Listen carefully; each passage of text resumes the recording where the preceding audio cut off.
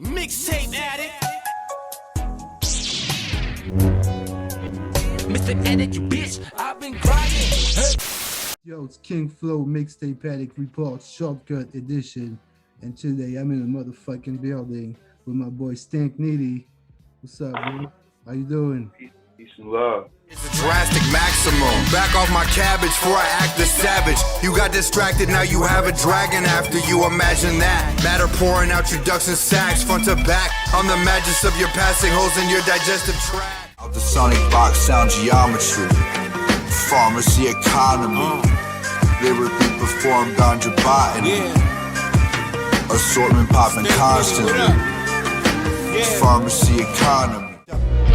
It don't matter how fast, spastic, like I blasted Crystal Lake and been awake for 1,000,000 days. Watch the interim pay hit an infinite wave. Yeah. You doing good, bro? Oh yeah, back in Brooklyn. Back in the Big Apple. So yo, we gonna start with the first question, bro. Who's your whole time favorite DJ, bro? Mixmaster Mike is up there.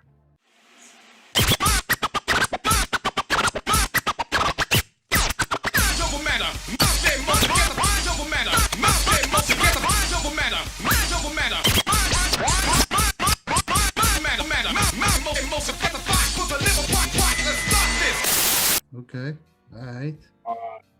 D-Spliff, off my, he's on my last release Supply. He's up there. His scratching is just ridiculous. Yeah. Jay Ronan. Hell yeah. Shout out Jay Ronan. Mixmaster Mike is definitely, man, crazy with the cuts, man. So, yo, let me ask you, bro, when was the first time you heard about a mixtape? And do you have one in particular that you really like back in the days? I thought about this question too. This is an interesting one because, I've been following hip hop since I was in elementary school, since I was about 6 years old, to my uncles. Mm-hmm. And I remember the development of what we later called the mixtape would come from like college radio. And you just like hear like a half of a Raw Digga song going into like a fucking Cypress Hill song, going like some insane shit. A mixtape that I remember real well from back in the day was the Weatherman Conspiracy. Dark skin, Christopher Walken, slick talking, out in the bricks flossing, t-shirt ripped off, wrapped around my head like it's a turban, drinking Hennessy burping, cursing all over the clean version. Alright. I was just listening to that the other day. That shit is utterly ridiculous, man. Copyright, Jakida Motormouth, Tame One of the Artifacts. Yo, talk about what you got going on with the Artifacts. I know you got something going on with Tame One. Yeah, well, I had a song with Elder Sensei through my friend Simple, SYMPL, a while back called Nothing Free. Actually, D-Spliff is on that shit too. When it comes to the flows we spit, open up holes like holes in the strip. Smoking spliffs, focus shit, you hocus pocus hopelessness. Not fair when you rock like that. Consider bullshit, we real with rock. Skill and tap, ill and fat. Spirit City, bricks we stack. Okay. And that was a fun video. That was cool. My sister helped. Shouts to Buddha. And then recently I reached out to Tame One, who's been one of my favorite MCs like almost my whole life. An honest motherfucker. You know what I'm saying? Like, I love brutal honesty. Like, that's what I look for in music in general and lyrics. So, Tame One is obviously going to be one of my favorites. And we got a track called High Intensity Lifestyle that just dropped. Shouts to Chalice and Contrabass on the beat. Chalice is Joe Norcus. That's a bassist, the bassist from my punk band in high school. Okay. And I was like in the group home. I'd get group home visits. When you're in the system, you're gonna have two jobs. You're gonna have a band. You're gonna have like extracurricular activities because you're trying to be out the house as much as possible. Group homes fucking suck. So that's how you got into hip hop. You started with a punk band. Oh, I was always into hip hop and punk rock. I think I probably listen to hip hop and punk rock every day. But those two music genres are cousins, you know. Yeah, exactly. Well, yeah, and it's the same basic cause, you know. It's organized revolution through a change in lifestyle. Let me ask you about your label, because you got your own label too. Tell the people about that, bro. Tell people what's going on. I'm glad you asked. I brought some sneakers out to show y'all. We are not only a music label, but we also sell sneakers. That's what's up. That's a nice move, bro. Now we're in business. This Man. handmade Italian leather shoes. Yeah, made in Italy. This is a woman's size 8. Go on the website, Cult Classics 88. My feet are huge. I have like a different relationship with shoes, where I'm like, you always have to make some hard choices when you're a size 15. What? So all my big feet people, come on out. Check the website. Shout out to all the big feet people out there. To go back with the entrepreneur thing, because you know, I like the business move you made. And do you have one businessman in particular that inspired you to do this kind of moves, like with the shoes that you got? I guess my Cult Classics and my smartest moves with Cult Classics is learning how to listen to my friends, you know who my close friends are, and you know, just get down with the cause, you know. Again, shouts to Deuce Ellis. Shouts to Coleon, Don Coleon. He came through the other night for a jam session. Right. That's probably still in my grand story. He was around for the very beginnings of Cult Classics. Okay. And you know, we've talked together before, and you're international because you took your talent to South America, in Peru. Yeah. Tell the people about that. That story is interesting, man. I was a paranoid guy back in the day. I mean, I had a reason to be. I had a different relationship with the survival at that point. You know, I was still kind of a knucklehead. So I had a 9-month-old child, and I just kind of left the country with her and her mom kind of overnightish. It was one of the best things I ever did, honestly. I was down there for about 2 months before I really found the hip hop. And the guy I was getting weed from, just kind of, I was like, dude, I know you know where hip hop is.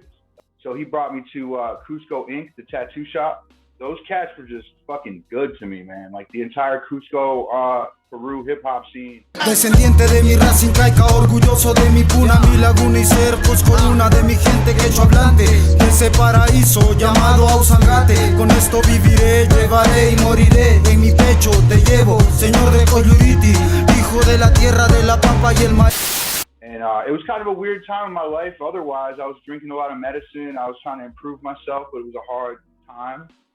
So it's kind of wild to feel like, you know, really supported in another country, and the Cusco hip hop scene made me feel that way.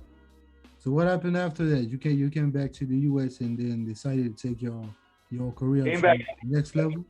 Yeah, basically. Yeah, it was all about, I guess from 2013 to 2018, I released very little music because I wanted to learn the industry, and I wanted to learn what I was doing wrong before I just did anything else. Because I was watching a lot of people just kind of waste their time.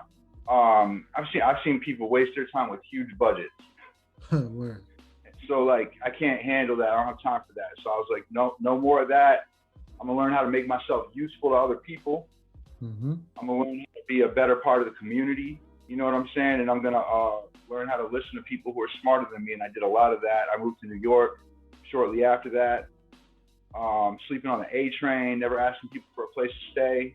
So right now in 2021, do you have any plans with your music? What are you planning to do? You know.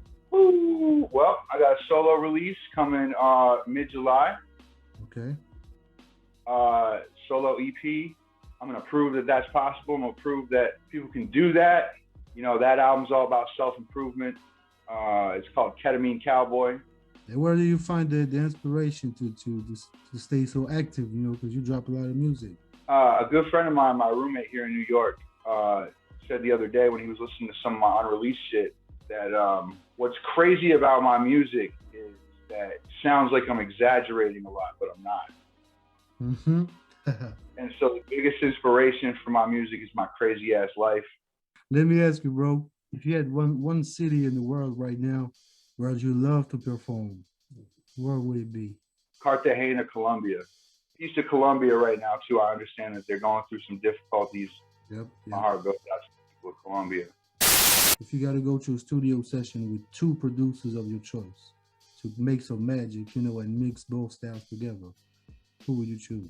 Deuce Ellis and Rick Rubin. Shout out Rick Rubin. And tell the people more about Juice Ellis. Me personally, I know. You gotta tell the people more. Sauce got a feeling, leaning for that secret recipe. Fell asleep on pillows from feathers of fallen angel wings. Black sage underneath. I dream lucidly, smoking and reflecting. Grateful life ain't what it used to be. Deuce Ellis, the designer of these sneakers, the real brains behind cult classics. We got so much. We got all I can say right now. You know, I don't want to be like one of those rappers who are like, stay tuned, but you're gonna see us drop here and there. Well, shit, you drop music almost every week, so you know people don't gotta stay tuned. You just gotta watch. I just want to say shouts to Jay Ronan because, and he's just a important creative mind to me for quite a few years now. Yep. Even just going to record at his house, and he's not afraid to just be like, yo, that's why.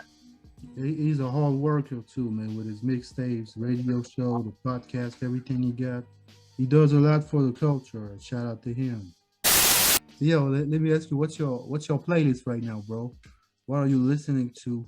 Well, this morning I was listening to 38 Special and Butcher. I was listening to the Dead Boys, which is a punk band from like the 70s. Okay. I was listening to Mook the Truth, actually. Little nigga, you a square to me, an individual of my caliber is a rarity. You little motherfuckers just ain't sincere to me. Attracting losses, you living in scarcity. It's true insanity, entertaining the thought that you compare to me. Okay, nice.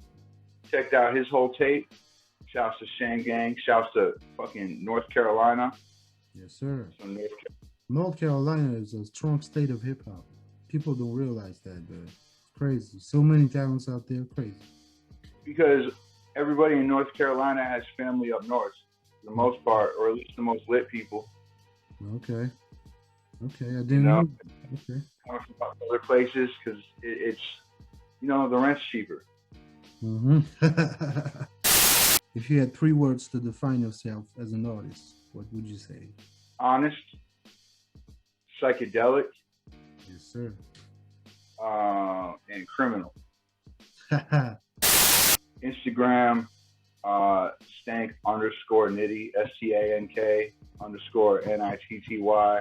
Don't call me stank unless you know me, people. Catches me off guard. Yeah, so yo, everybody that's watching, make sure you go check out Stank Nitty's music. You know, shit is fire. You know, Stank Nitty's Mixtape Addict certified for everybody that's watching. Bro, you know what I'm saying? Mixtape Addict is Stank Nitty certified. That's motherfucker. Hell yeah. Yo, do you have any last words, bro, for the people watching? You know, we got people from all over the world watching, like Japan, I'll say Spain, everywhere. Whatever you gotta do to stay awake, do it, man, because people love you. Whatever you're going through, whatever kind of bad person you think you are, I got you beat, and I'm here. You know what I'm saying? I'm doing okay, so you can do okay too. Yeah. We appreciate you, man, for coming through in the Mixtape Addict Report Shortkut edition, man. You know, that international connection from France to the U.S., Brooklyn to Orleans. That's how we do. It's like the connection from North Carolina to New York. Yep. Hell yeah, global. You know what I'm saying? International. That's how we do it. Yeah. Yeah. Shout out to you, bro. Peace out, my man.